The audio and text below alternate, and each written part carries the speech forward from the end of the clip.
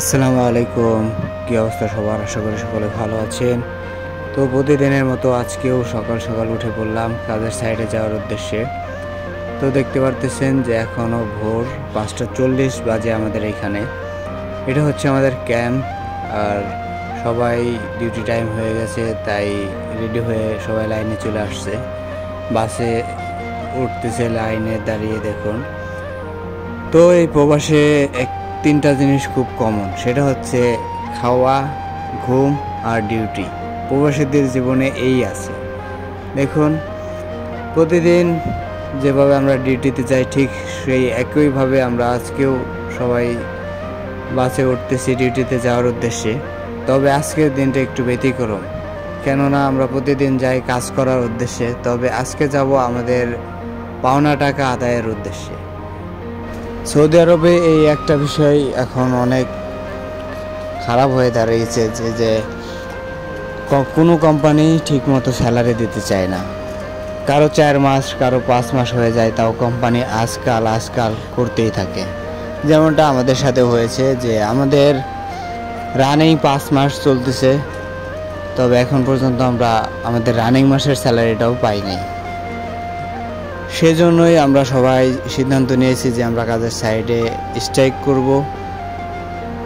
তাই সবাই একত্রিত হচ্ছে। দেখতে পারতেছেন এখানকার ম্যাক্সিমাম লোক, কারো 10,000, কারো 15,000 রিয়াল হয়ে গেছে যে কোম্পানি এখনও তাদেরকে টাকা পে করতেছে না।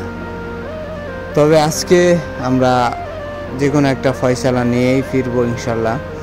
এজন্য সবাইকে বলা হয়েছিল যে আগে আসো, ফিঙ্গার দাও, দেন ওইখানে দাঁড়াও, তারপরে আমরা আরঙ্কর সাথে সরাসরি কথা বলবো আরঙ্ক অফিসে গিয়ে। তো এই জন্যই সবাই ফিঙ্গার দিয়ে দাঁড়িয়ে আছে। দেখুন, এরা সবাই একই সাথে লোক, আমরা একই সাপ্লাই থেকে আসছি। যারা প্রবাসে থাকেন, বিশেষ করে সৌদি আরবে থাকেন, তারা অবশ্যই জানেন যে আসলে টাকা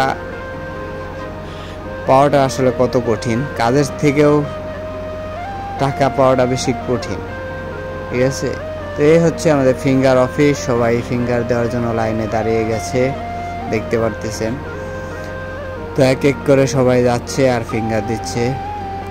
তো ফিঙ্গার দিব, দেন আমরা আরঙ্ক অফিসে যাব। আরঙ্কতে আমরা আমাদের যে অধিকার সেটা তাদেরকে বলবো, আমাদের যে দাবি তাদেরকে জানাবো, দেন তারা আমাদেরকে তাদের ডিসিশন জানাবে।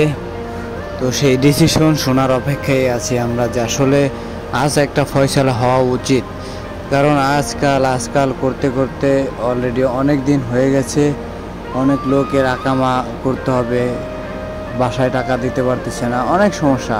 আসলে প্রবাসে ফ্যামিলিতে টাকা দিতে না পারার কষ্টটাই বেশি, ঠিক আছে? তাছাড়া থাকা খাওয়া এইগুলো নিয়ে প্রবাসীরা কখনো ভাবেই না। এখন আমরা শর্টকাট ভাবে যাওয়ার জন্য আমাদের কাজের সাইড থেকে রওনা দিয়েছি। দেখতে পারতেছেন যে দুই সাইডে বালুর পাহাড়, এইগুলো হচ্ছে বেকু দিয়ে কাটা হচ্ছে। এখান থেকে অন্য স্থানে এইগুলো সরানো হচ্ছে, কারণ এই প্রজেক্টটা অনেক বড়। আমাদের দু সাইডেই, এক সাইডে গ্যাস প্ল্যান্ট, এক সাইডে গ্যাস প্ল্যান্টের অফিস রুম, এগুলো এক সাইডে লে ডাউন, তো অনেক বড়। আর এখানে দেখতে পারতেছেন আমরা 100+ লোক এক সাপ্লাই থেকেই কাজ করি। তো ফাইনালি আমরা আরঙ্কর অফিসের এখানে চলে আসছি, কিন্তু সিকিউরিটি আমাদেরকে ঢুকতে দেয়। তবে আরঙ্কর এক লোক আমাদের সাথে আসে, কথা বলছে।